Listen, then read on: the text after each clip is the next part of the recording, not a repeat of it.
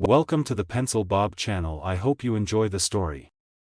Remember to like and subscribe. And now the story. Rebecca had always dreamed of living in her neighborhood. She had moved in with her husband and 3 kids 6 months ago, and they had fallen in love with the place. They loved the community pool, the playground, and the monthly potlucks. They also followed the rules of the Homeowners Association, which were meant to keep the neighborhood beautiful and peaceful. However, Rebecca's dream turned into a nightmare when she decided to host a charity event in her backyard. She had been inspired by a documentary she had watched about children in Africa who lacked clean water, education, and health care. She wanted to raise some money and awareness for their cause. She planned to invite some of her friends and family, as well as some of the children she had sponsored. She also arranged for some African music, a silent auction, and a lemonade stand. She thought it would be a meaningful and educational way to spend a Saturday afternoon, and she didn't expect any trouble from the HOA. After all, permits had been obtained from the city, and neighbors had been notified of the plans. She had also made sure to keep the event within the hours allowed by the HOA's noise ordinance. But she was wrong. As soon as the event started, she received a visit from the HOA president, Mr. Jones. He was a young man who lived 2 houses down, and he was known for being arrogant and greedy. He handed Rebecca a letter that said she was in violation of the HOA's rules, and that she had to stop the event immediately or face fines and legal action. Rebecca was shocked and confused. She asked Mr. Jones what rules she had broken, and he pointed to a section in the HOA's handbook that said no resident could host any event that created excessive noise or traffic in the neighborhood. He said that Rebecca's event was a disturbance and a liability. He also said that Rebecca had not obtained the HOA's approval for her event, which was required for any activity that involved more than 10 guests. Rebecca tried to explain to Mr. Jones. She said that her event was for a good cause, and that she had followed all the necessary steps to make it legal and respectful. She also pointed out that there were other events in the neighborhood that were much louder and bigger than hers, such as pool parties, fireworks, and concerts. She asked Mr. Jones why he was bothering her, and why he was being so unreasonable. Mr. Jones remained firm in his stance. He stated that he was merely fulfilling his duties and had received multiple complaints from other neighbors regarding Rebecca's event. He expressed no interest in Rebecca's charitable intentions, emphasizing his priority of upholding the neighborhood's order and appearance. Mr. Jones presented Rebecca with 2 options: to conclude the event immediately or to accept the repercussions. Rebecca was sad and scared. She felt that Mr. Jones was being unfair and cruel. She also felt that he was missing the point of her event, which was to help children in need and to teach her own children about the world. She wondered how he could be so cold and heartless. She resolved to proceed with her event, informing him firmly that she had no intention of halting it. Furthermore, she declared her readiness to challenge any legal action he might take against her in court. Asserting her belief that she had committed no wrongdoing, she insisted upon her right to utilize her property as she saw fit. Expressing pride in her event, she emphasized the backing she received from numerous friends and family members. She also told him that he should be ashamed of himself, and that he should reconsider his role as the HOA president. She said that he was not a leader, but a dictator, and that he was hurting the neighborhood instead of helping it. She said that he should learn to be more compassionate and open-minded, and that he should join her event and see for himself how much good it was doing. Mr. Jones found himself seething with fury. He had never encountered such defiance before, leaving him uncertain about his next course of action.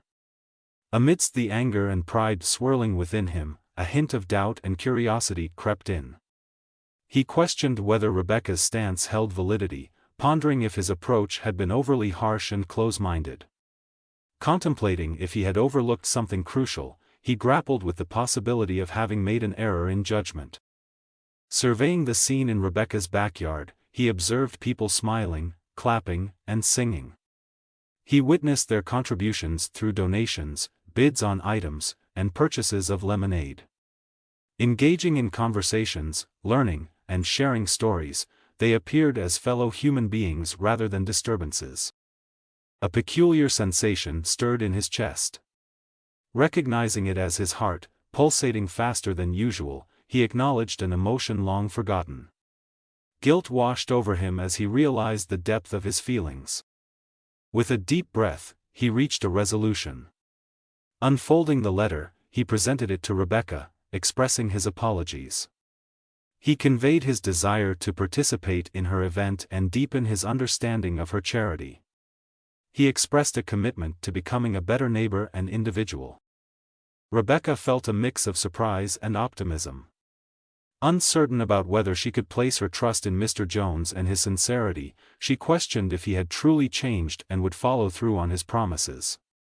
Unsure whether he would prove to be a friend or a foe, she cautiously navigated her feelings.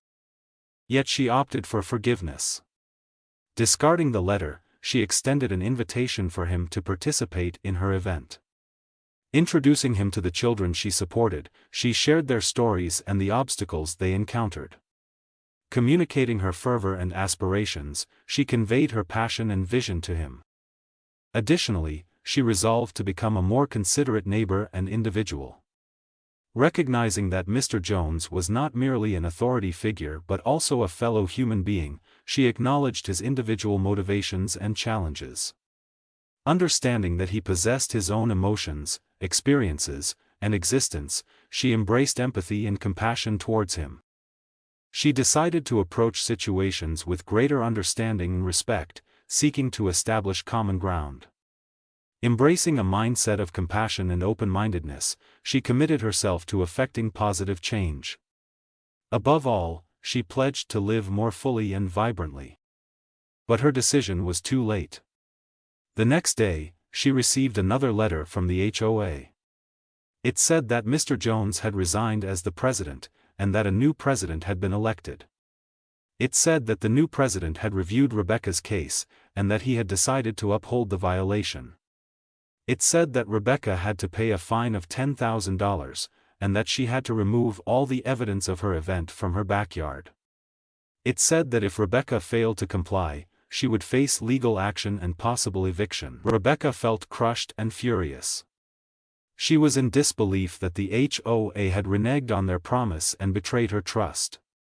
Their dismissal of her good intentions and subsequent punishment left her reeling. The shattering of her dream and the impact on her life felt incomprehensible. Determined to take action, she rallied her husband and children. She declared they wouldn't pay the fine or remove anything from their backyard. Instead, she asserted they would take legal action against the HOA, confident of victory. Emphasizing the importance of defending their rights and instigating change, she urged her family to stand firm. Additionally, she encouraged them to take pride in their actions and remain resilient. Highlighting their remarkable achievement and the positive impact they'd made, she stressed the invaluable lessons learned and personal growth experienced. Above all, she reminded them they had truly lived through this ordeal. Her decision was futile. The HOA had more power and money than Rebecca, and they had hired a team of lawyers to defend their case. They had also convinced most of the residents to testify against Rebecca, and to support their rules. They had also found some loopholes and technicalities to weaken Rebecca's case. Rebecca lost the lawsuit, and she had to pay the fine.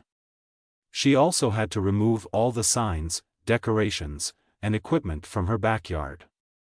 She also had to apologize to the HOA, and to promise to never host another event again. Rebecca felt defeated and broken. She had lost everything she had worked for, and everything she had cared for. She had lost her money, her reputation, and her dignity. She had lost her dream, and her lifestyle. She decided to move out.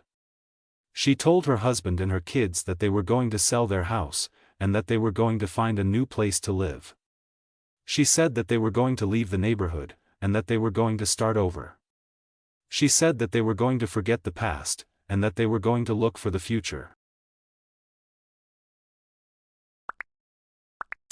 I would like to thank you for watching the video to the end. To encourage us to make more videos, please like, subscribe, comment, as well as share. Check out this other video if you haven't already.